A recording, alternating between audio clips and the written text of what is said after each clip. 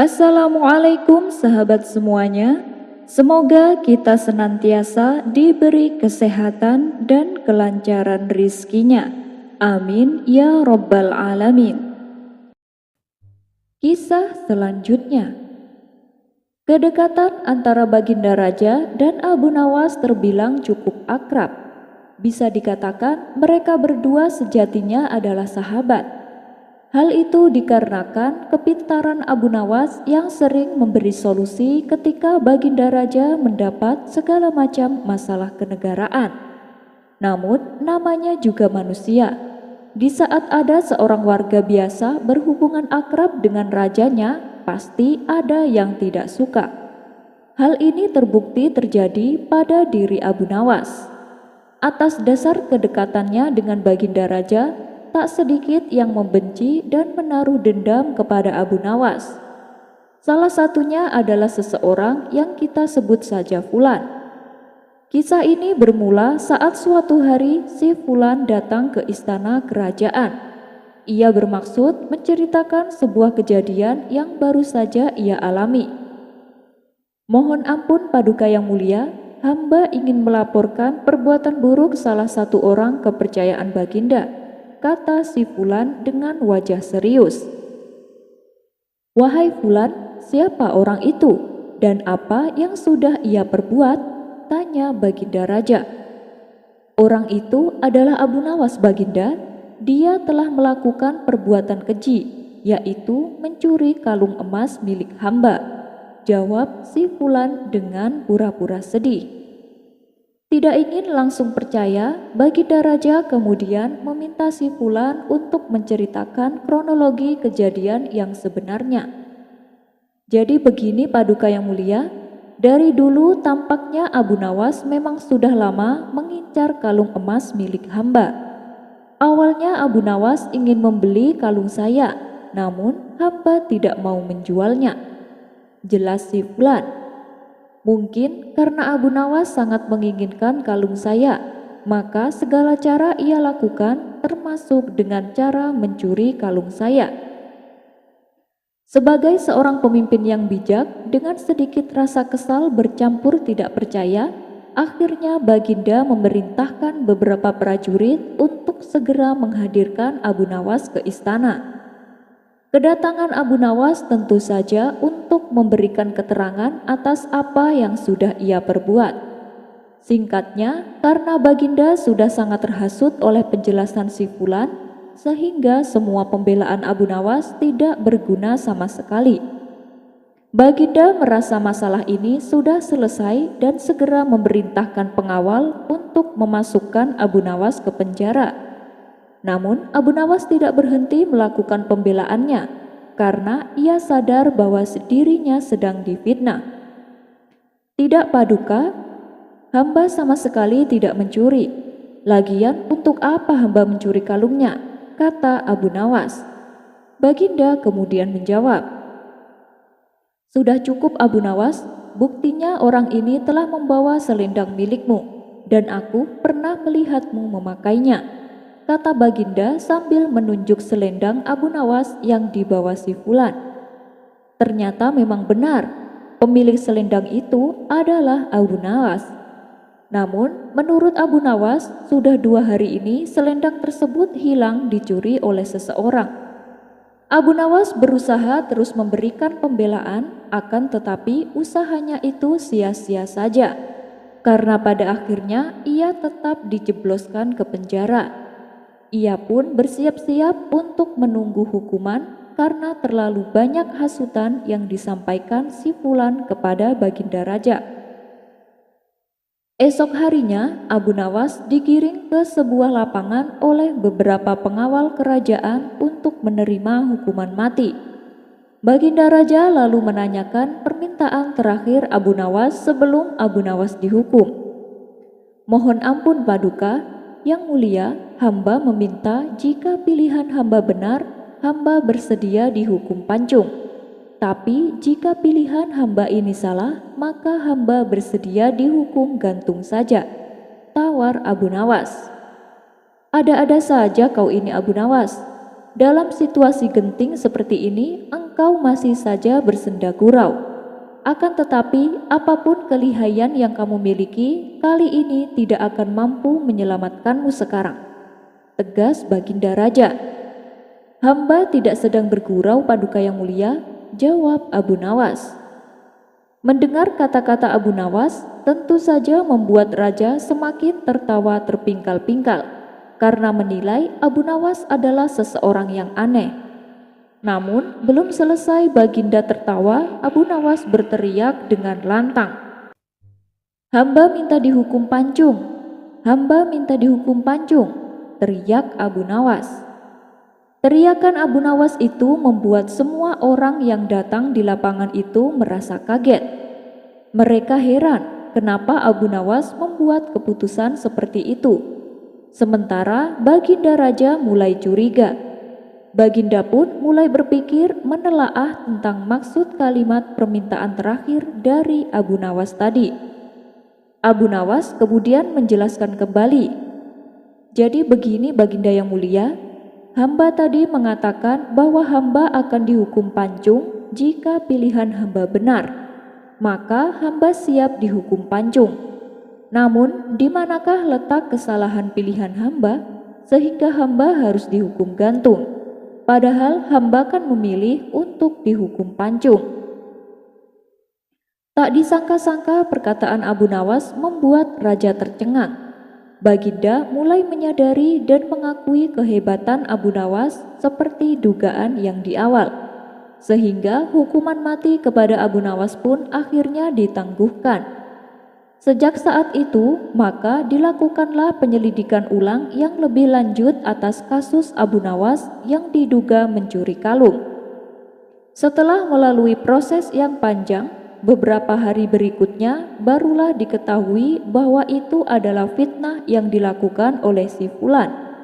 Maka para hakim memutuskan jika Abu Nawas telah difitnah oleh si Fulan, Abu Nawas kemudian dilepaskan dari penjara, sedangkan si Fulan akhirnya mendekam di dalam penjara karena telah melakukan perbuatan fitnah kepada Abu Nawas. Kisah selanjutnya diceritakan, istri Abu Nawas mempunyai keahlian membuat kain dari bulu domba. Kesempatan ini langsung dimanfaatkan Abu Nawas sebagai ladang usaha untuk mendapatkan penghasilan. Akan tetapi, niatan Abu Nawas tersebut awalnya sempat ditolak sang istri. Ia beranggapan bahwa saat ini bulu domba harganya lumayan mahal. Kalaupun sampai ditenun menjadi kain, keuntungannya tidak mencukupi. "Tenang saja, aku bisa membelikanmu bulu domba dengan harga yang cukup murah," tutur Abu Nawas. Maka pergilah Abu Nawas ke pasar dan menemui penjual kambing. "Mau beli kambing yang seperti apa, Tuan?" tanya si penjual. "Yang harganya paling murah," jawab Abu Nawas. "Oh, ada, tapi sudah tua dan juga kakinya pincang," balas si penjual. "Mana coba, tunjukkan," pinta Abu Nawas. Si penjual pun lalu membawakan kambing yang diinginkan Abu Nawas. "Berapa harganya?" tanya Abu Nawas. "2 dinar saja, Tuan," jawab si penjual. "Baik, aku akan membelinya." "Adakah kambing lain yang juga murah?" tanya Abu Nawas.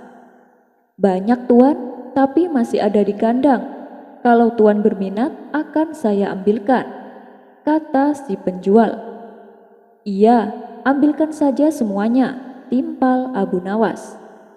"Tapi apa Tuan yakin kambingnya sudah pada tua semua dan juga rata-rata bertubuh cacat?"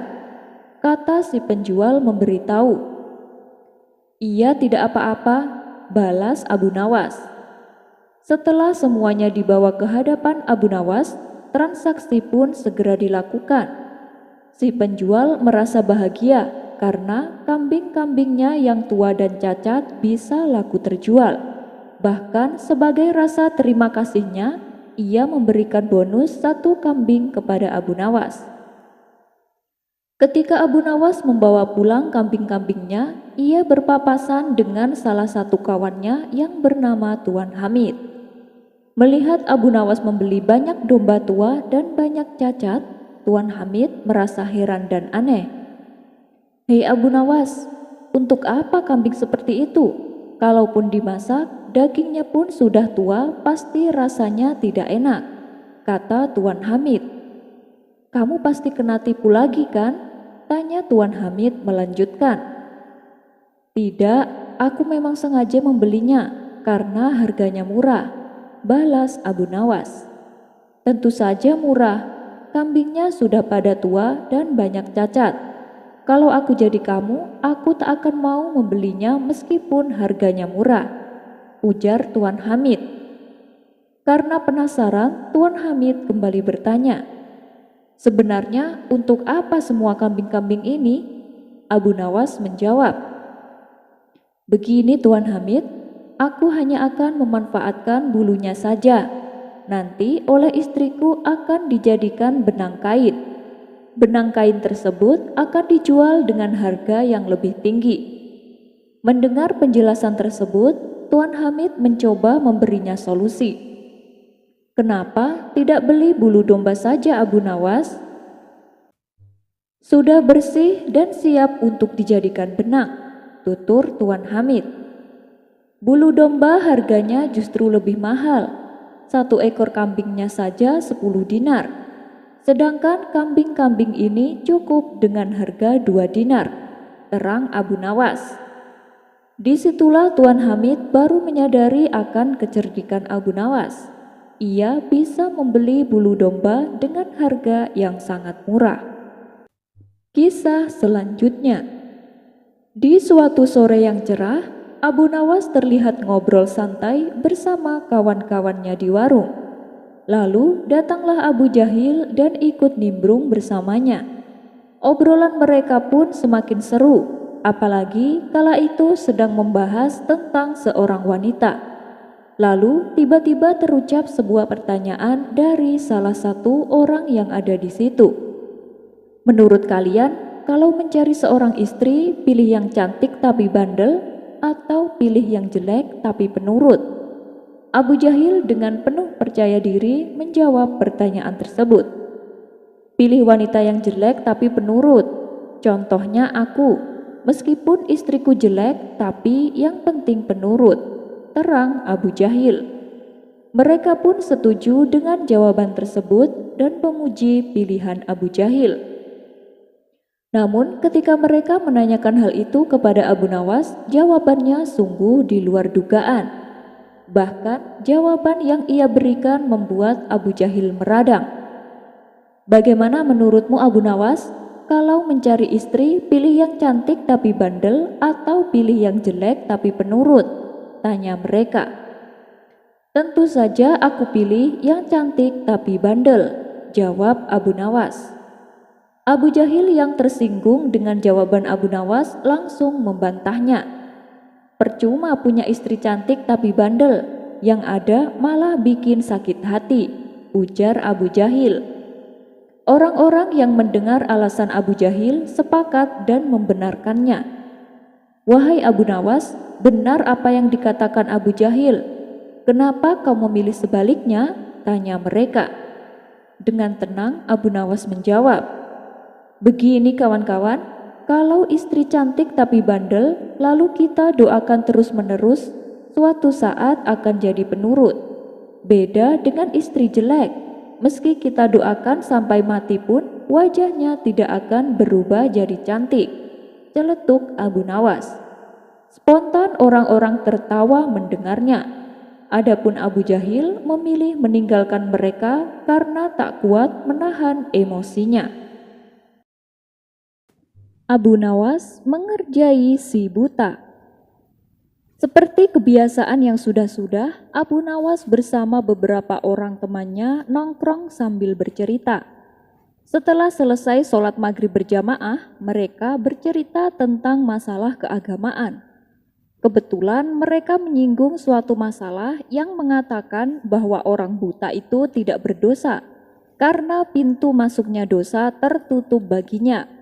Alasannya sebab mata inilah yang selalu melihat ke sana kemari, sehingga menjadi sumber orang melakukan dosa. Akan tetapi Abu Nawas tidak menyetujui pendapat tersebut dan berniat akan membuktikannya. Keesokan harinya, Abu Nawas berjalan-jalan dengan maksud untuk bertemu dengan orang buta. Dia mau membuktikan pendapatnya bahwa orang buta juga bisa berbuat dosa. Ia pun menyiapkan sebuah kantong dan mengisinya dengan uang. Tidak beberapa lama, Abu Nawas berjalan, ia benar-benar bertemu dengan orang buta.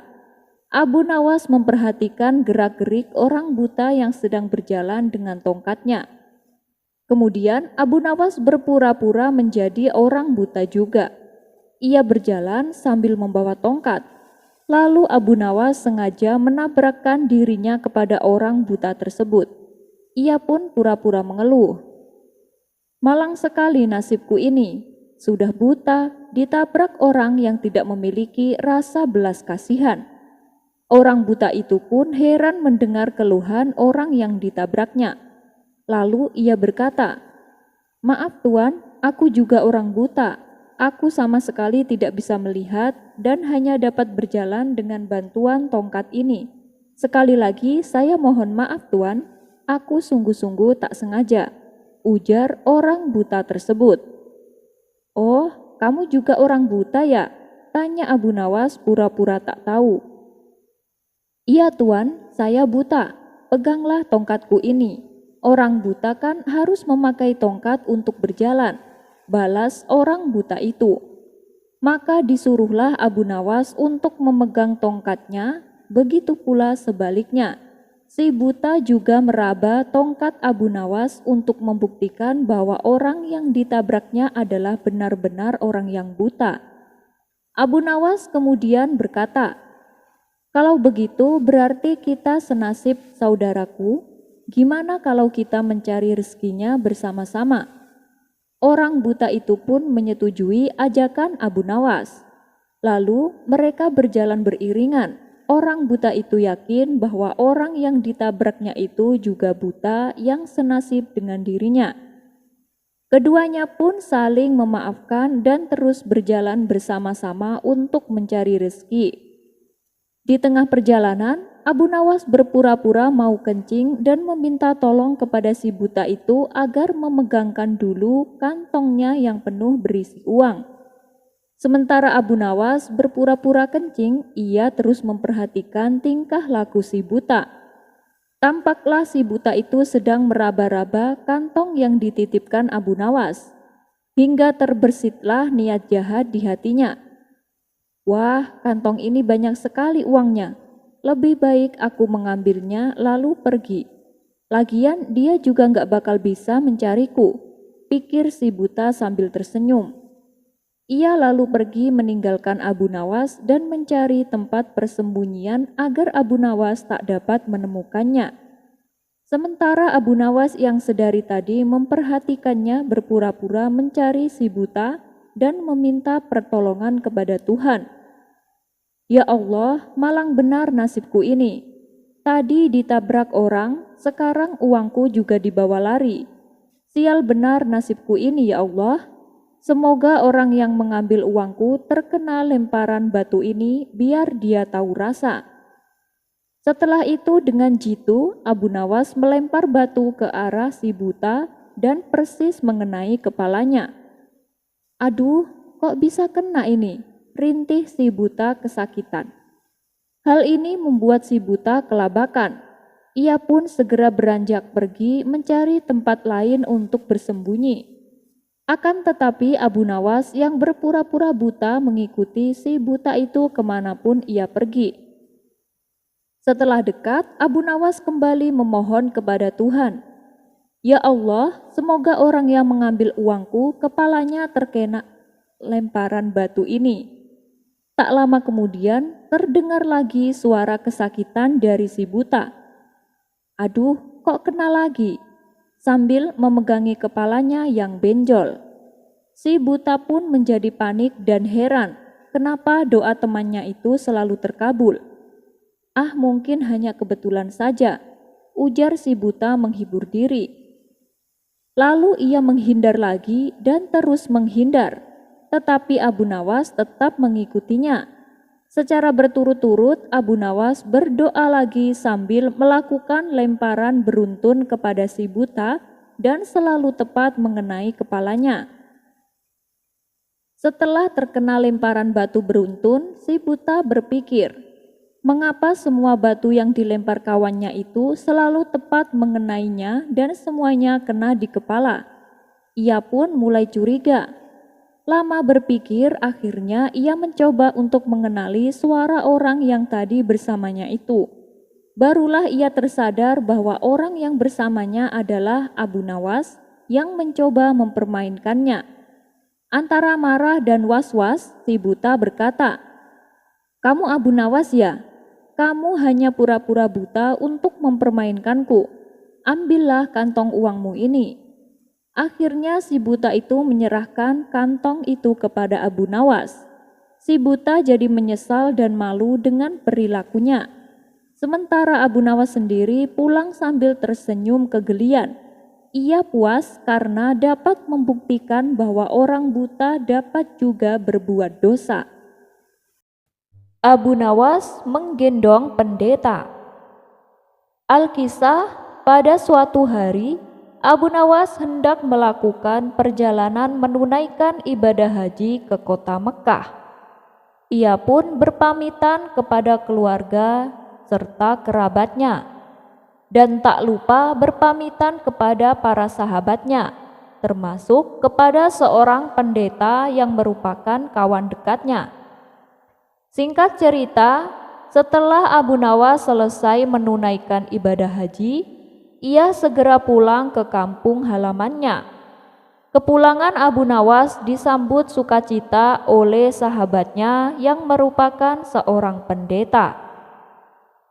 "Wahai Abu Nawas, semoga hajimu menjadi haji yang mabrur," kata sang pendeta mendoakan. "Terima kasih kawan," balas Abu Nawas. Beberapa hari kemudian, si pendeta mengajak Abu Nawas jalan-jalan.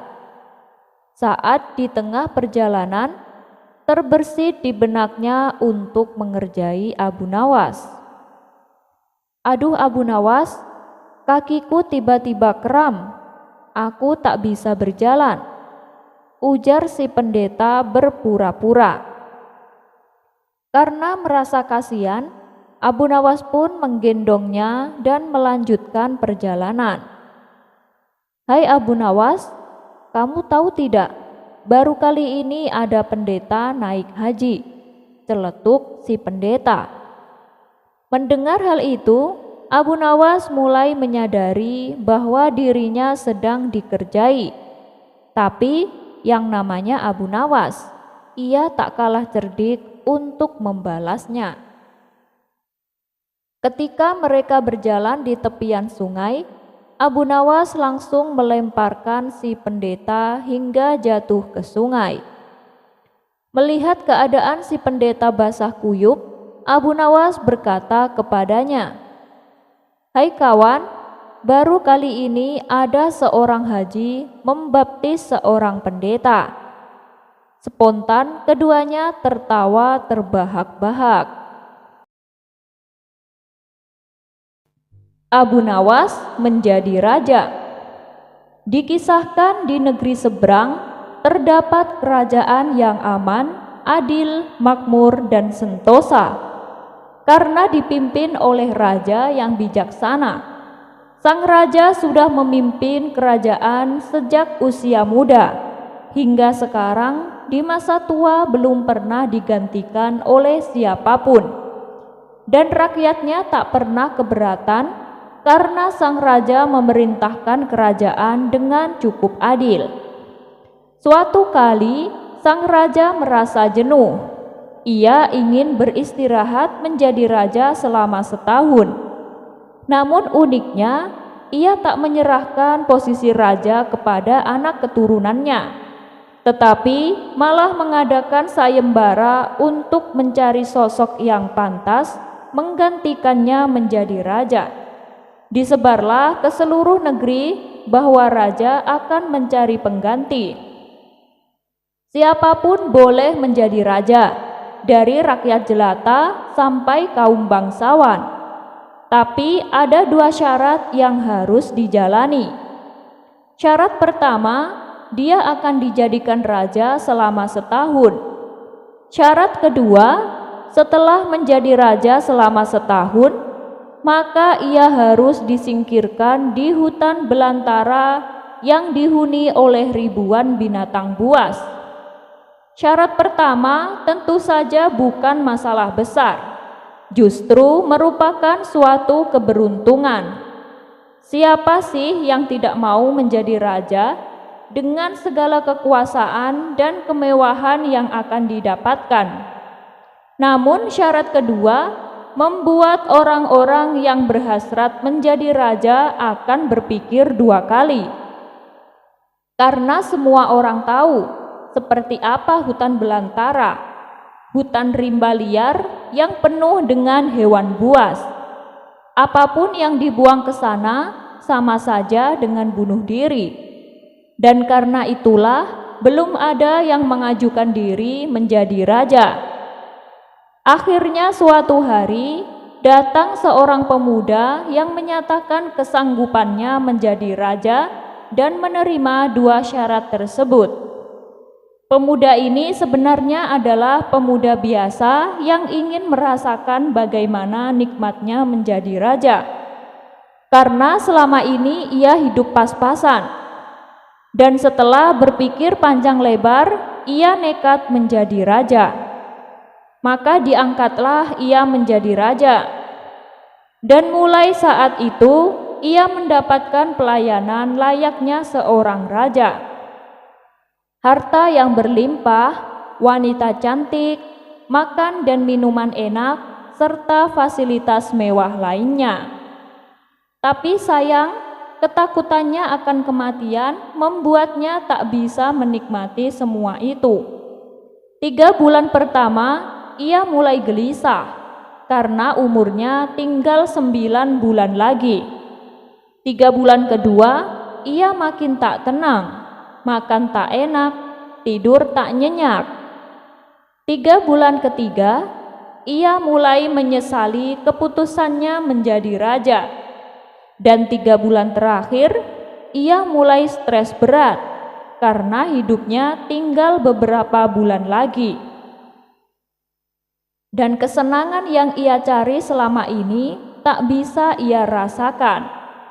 Dan ketika masa jabatannya sebagai raja sudah berakhir, lalu dibuanglah dia ke hutan belantara. Tak butuh waktu lama, kabar ke seluruh negeri jika pemuda itu tewas dimakan binatang buas. Pemuda itu tewas tanpa sempat mendapatkan kenikmatan dan kepuasan dunia yang ia cari. Dengan adanya peristiwa tersebut, membuat orang-orang kian enggan melamar menjadi raja. Buat apa hidup enak selama setahun jika pada akhirnya harus mati? Tapi masih saja ada pemuda lain yang ingin melamar menjadi raja. Maka diangkatlah pemuda kedua ini menjadi seorang raja. 3 bulan pertama menjadi raja, ia puas-puaskan berpesta karena sadar hidupnya tak akan lama lagi. 3 bulan kedua dan hari-hari berikutnya ia habiskan berfoya-foya dan pesta. Bulan berganti bulan, pestanya makin gila-gilaan. Ia sudah tak peduli lagi pada apapun. Ia hanya ingin bersenang-senang sebelum mati. Setelah masa jabatannya sebagai raja berakhir, ia lalu dibuang ke hutan belantara. Tidak berapa lama kemudian, terdengar kabar bahwa ia tewas diterkam singa. Tubuhnya dicabik-cabik dan jadi rebutan makanan para singa. Pemuda kedua ini masih mending daripada pemuda yang pertama. Setidaknya ia mendapatkan kenikmatan dan kepuasan dunia sebelum dia mati. Dua pemuda yang tewas ini membuat banyak orang melupakan mimpinya menjadi raja. Mereka masih penasaran, apakah masih ada orang yang cukup bodoh untuk melamar menjadi raja. Dan suatu hari, Abu Nawas melancong ke negeri tersebut. Tujuannya adalah menemui sahabat lamanya yang kebetulan merupakan penduduk negeri itu. Sesampainya di sana, dengan penuh kehangatan Abu Nawas pun disambutnya. Mereka berdua melepas kangen satu sama lain. Di sela-sela obrolannya, Abu Nawas merasa iba dengan kondisi sahabatnya itu. Ia kini hidup miskin, tinggal di gubuk kecil, reot hanya seorang diri. Ngomong-ngomong, mana istrimu?" tanya Abu Nawas. "Semenjak aku jatuh miskin, ia pergi meninggalkanku Abu Nawas," jawab sahabatnya. "Ya sudah, yang sabar ya. Yang penting kamu jangan tinggalkan sholat dan jangan lupa berdoa kepada Allah agar Allah membukakan pintu rezeki untukmu," tutur Abu Nawas. "Alhamdulillah aku tidak pernah tinggalkan sholat. Bahkan aku sekarang rajin berpuasa sunnah," balas sahabatnya. "Oh ya? Ngomong-ngomong, mana nih makanannya? Dari tadi kenapa belum keluar?" celetuk Abu Nawas. "Maaf Abu Nawas, aku sudah tak punya apa-apa. Aku sendiri kadang sehari makan, kadang sehari tidak," ujar sahabatnya. Mendengar hal itu membuat Abu Nawas semakin terenyuh. "Kenapa tidak mencari kerja? Upahnya kan bisa untuk membeli makanan," tanya Abu Nawas. "Setiap hari aku sudah keluar untuk mencari pekerjaan, tapi belum juga aku dapatkan. Ya mungkin belum rezekiku," jawab sahabatnya. "Kalau mau nekat sih sebenarnya aku bisa. Bahkan aku bisa menjadi raja dan kaya raya. Tapi itu hanya sementara. Setelah itu aku akan mati diterkam binatang buas di hutan belantara," kata sahabatnya melanjutkan. "Menjadi raja? Maksudmu bagaimana?" tanya Abu Nawas heran. Kemudian sahabatnya itu memberitahu tentang sayembara yang diadakan rajanya. Mendengar sayembara tersebut, Abu Nawas terdiam sejenak.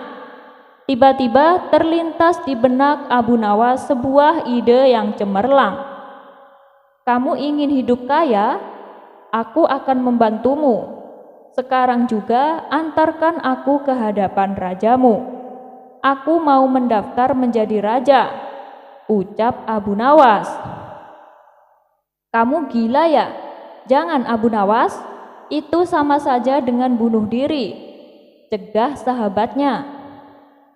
"Sudahlah, turuti saja perkataanku," timpal Abu Nawas. Maka diantarlah Abu Nawas ke istana untuk menemui sang raja. "Ada perlu apa kalian datang kemari?" tanya sang raja. "Maaf Tuan Raja, saya Abu Nawas dari negeri seberang, ingin mendaftar menjadi raja." "Itu pun kalau Tuan Raja mengizinkan," ucap Abu Nawas. "Oh, tentu saja boleh. Siapapun dipersilahkan menjadi raja. Tapi ada 2 syarat yang harus dijalani," ujar sang raja. "Saya siap Paduka Yang Mulia, tapi saya minta satu permintaan. Izinkan sahabatku ini menjadi pengawal pribadiku," kata Abu Nawas sambil menunjuk sahabatnya yang berdiri di sampingnya. "Oh, silahkan saja. Saat kamu menjadi raja setahun, kamu berhak atas segala sesuatunya, termasuk mengatur semua prajurit kerajaan beserta para menterinya. Tapi ketika masamu menjadi raja berakhir, sahabatmu juga harus ikut kamu dibuang di hutan belantara, timpal sang raja. Sahabat Abu Nawas ini kaget dan sempat menolak dijadikan pengawal pribadinya. Namun akhirnya Abu Nawas berhasil membujuknya. Mendengar ada yang melamar menjadi raja lagi, membuat masyarakat penasaran. Sebagian menertawakan kebodohan tersebut, sementara yang lain merasa iba dan kasihan. Abu Nawas pun akhirnya diangkat menjadi raja, dan ia diberi kemewahan dan kemudahan serta fasilitas layaknya seorang raja. Ternyata berbeda dengan dua pemuda sebelumnya, Abu Nawas tidak berpesta pora dan foya-foya. Namun ia membuat beberapa tindakan selama ia menjadi raja. 3 bulan pertama, Abu Nawas memerintahkan ribuan prajurit untuk membabat habis hutan belantara dan memindahkan semua binatangnya ke tempat lain. Sebagai raja, tentu perintahnya harus dipatuhi. Setelah 3 bulan berlalu, hutan belantara tempat ia akan dibuang ini menjadi tanah kosong yang siap huni. 3 bulan kedua, Abu Nawas memerintahkan para arsitek untuk membuat istana megah untuk dirinya. Tentunya dengan uang kerajaan yang ia kuasai, Abu Nawas bisa membangun apa saja, termasuk membangun istana di tanah yang dulunya adalah hutan belantara. Maka dalam jangka waktu 3 bulan saja, berdirilah istana yang megah dan kokoh. 3 bulan ketiga, Abu Nawas memerintahkan para prajurit membawakan harta dan perabotan dikirim ke istana yang baru saja ia bangun. 3 bulan terakhir, Abu Nawas menawarkan kepada masyarakat siapa saja yang mau pindah di wilayah istananya akan diberi rumah dan modal uang untuk berdagang. Kesempatan tersebut tidak disia-siakan warga. Ratusan orang mendaftarkan diri untuk pindah di sekitaran istana Abu Nawas. Selama 3 bulan terakhir, tempat yang tadinya hutan belantara kini berubah menjadi pemukiman penduduk. Bahkan di sana Abu Nawas mempunyai istana dengan dipenuhi harta kekayaan. Dan akhirnya habislah masa jabatan Abu Nawas sebagai raja. Dan sesuai perjanjian, Abu Nawas dan sahabatnya dibuang ke hutan belantara yang kini kebetulan sudah menjadi pemukiman penduduk. Sesampainya di sana, Abu Nawas dan sahabatnya memasuki istana barunya. Ini semua untukmu. Kamu sekarang sudah menjadi orang kaya. Tapi jangan lupa untuk bersedekah, tutur Abu Nawas. Sahabatnya itu terkejut bukan main. Ia langsung merangkul Abu Nawas dan mengucapkan terima kasih. Akhirnya Abu Nawas pun pamit pulang kembali ke kampung halamannya. Ungkap kasus pencurian, Abu Nawas minta bantuan ayahnya yang sudah mati. Dikisahkan, tetangga Abu Nawas yang bernama Hasan telah bertahun-tahun menabung untuk membeli seekor sapi. Hingga pada akhirnya uang yang dikumpulkan sudah bertambah banyak. Kemudian uang tersebut langsung ia gunakan untuk membeli sapi. Tapi nasib sial menimpanya. Baru 1 malam di dalam kandang, sapinya sudah hilang dicuri maling. Hasan pun menjadi sedih dan kecewa. Ketika ia melaporkannya kepada Tuan Hakim tak bisa berbuat apa-apa karena tak ada jejak atau petunjuk apapun untuk bisa mengungkap siapa pencurinya. Kabar tentang hilangnya sapi milik Hasan dengan cepat menyebar ke seluruh penduduk.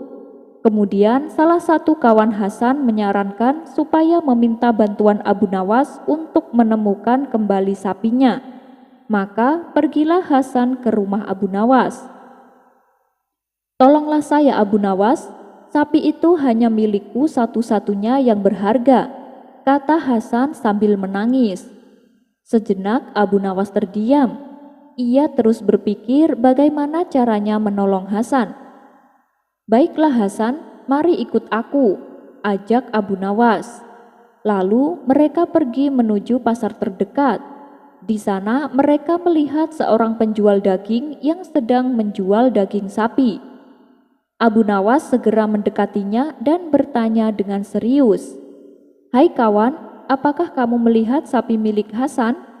Mendapat pertanyaan tersebut, penjual daging itu menjadi bingung. Ia pun kemudian menjawab, "Tidak, aku tidak melihat sapi milik siapapun. Aku hanya menjual daging yang dibawa oleh para peternak." Lalu Abu Nawas berpura-pura memeriksa daging yang dijual. "Wahai Hasan, mungkinkah sapimu berubah menjadi daging ini?" tanya Abu Nawas kepada Hasan. Hasan pun terkejut dan mulai panik.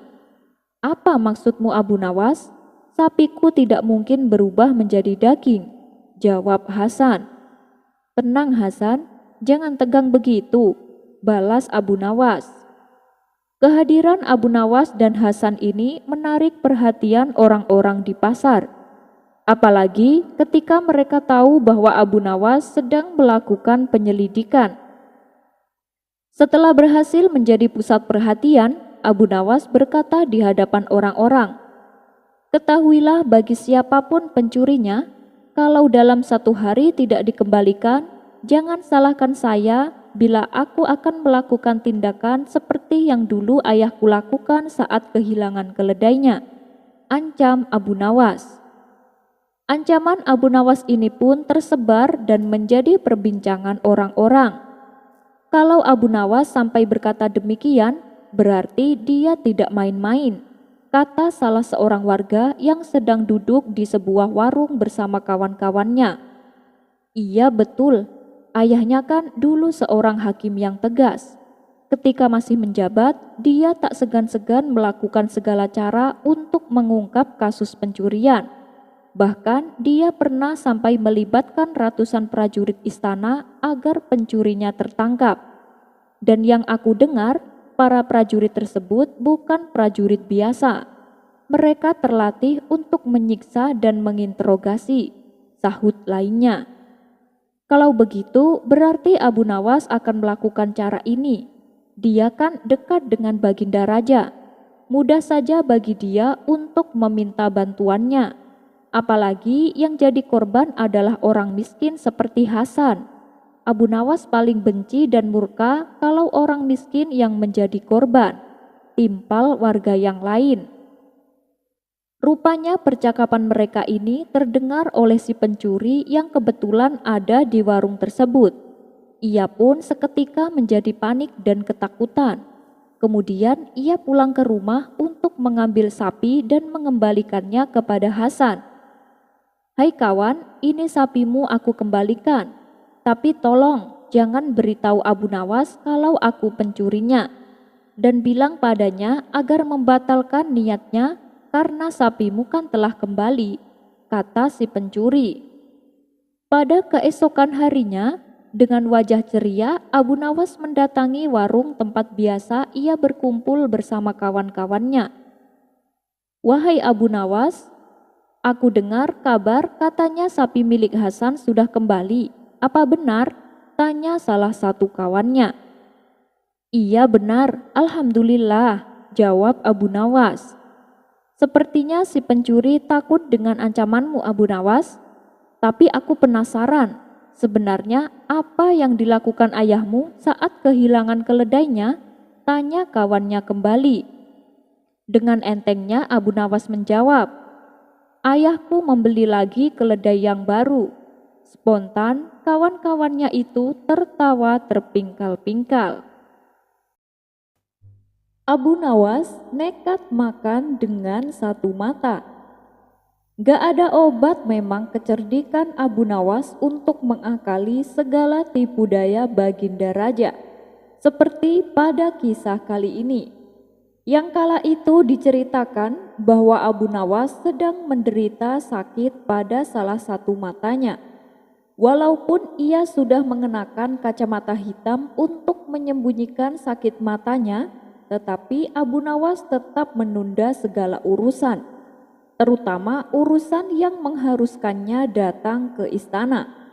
Setelah sehari, 2 hari, 3 hari berlalu, Baginda Raja yang memang kesehariannya ditemani Abu Nawas merasakan rindu dan bertanya-tanya, kenapa si cerdik itu belum juga datang ke istana? Dan pada hari yang keempat, berita tentang Abu Nawas yang sedang sakit mata itu pun sampai kepada Baginda Raja. Baginda Raja langsung memerintahkan pengawalnya menyiapkan kuda untuk berangkat mengunjungi Abu Nawas untuk melihat keadaannya. Singkat cerita, sampailah Baginda Raja di rumah Abu Nawas. Melihat Abu Nawas sedang duduk di depan rumah sambil mengenakan kacamata hitam, Baginda Raja langsung bertanya, "Abu Nawas, kenapa enggak kamu bawa berobat matamu yang sakit itu?" tanya Baginda Raja. "Sudah Paduka, saya sudah berobat," jawab Abu Nawas. "Oh baguslah, jangan lupa minum obatnya yang teratur," tutur Baginda Raja. Setelah mereka berdua ngobrol panjang lebar, Baginda Raja kemudian bertanya, "Abu Nawas, menurutmu apa sakit mata itu ada manfaatnya?" Abu Nawas dengan entengnya menjawab, "Ya tentu saja ada Paduka, malah bisa menghasilkan uang." Baginda Raja yang tadinya hanya bercanda mendadak serius menanggapi jawaban Abu Nawas. "Yang benar Abu Nawas, bagaimana bisa sakit mata menghasilkan uang?" tanya Baginda Raja penasaran. "Begini loh Paduka, ketika seorang tabib mengobati pasien yang sakit mata pasti biayanya mahal. Apalagi kalau yang berobat adalah pejabat istana, pasti tabib itu akan menaikkan tarifnya. Paduka bisa bayangkan sendiri berapa banyak uang yang didapatkan oleh si tabib," celetuk Abu Nawas.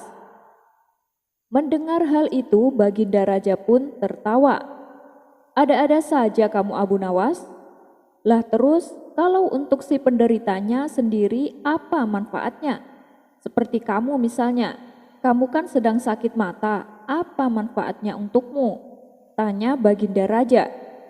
"Nah, kalau itu manfaatnya besar sekali Paduka, saya jadi semakin disayang istri," jawab Abu Nawas. "Loh kok bisa? Apa alasannya Abu Nawas?" tanya Baginda Raja kembali. "Ya karena sakit mata ini saya jadi nggak mungkin begadang, kumpul bersama teman-temanku," jawab Abu Nawas. Untuk kedua kalinya Baginda Raja dibuatnya tertawa terpingkal-pingkal. "Hei Abu Nawas, kalau sakit mata begitu, makanan apa yang menjadi pantangan?" tanya Baginda Raja. "Ada sih Paduka, seperti roti dan olahan daging atau telur," jawab Abu Nawas. Mendengar penjelasan tersebut, timbul niat pada diri Baginda Raja untuk mengerjai Abu Nawas. "Waduh, sayang sekali. Padahal aku membawa makanan enak loh Abu Nawas," ujar Baginda Raja. Baginda Raja lalu memerintahkan pengawal untuk mengambilkan makanan berupa roti yang berisi olahan daging.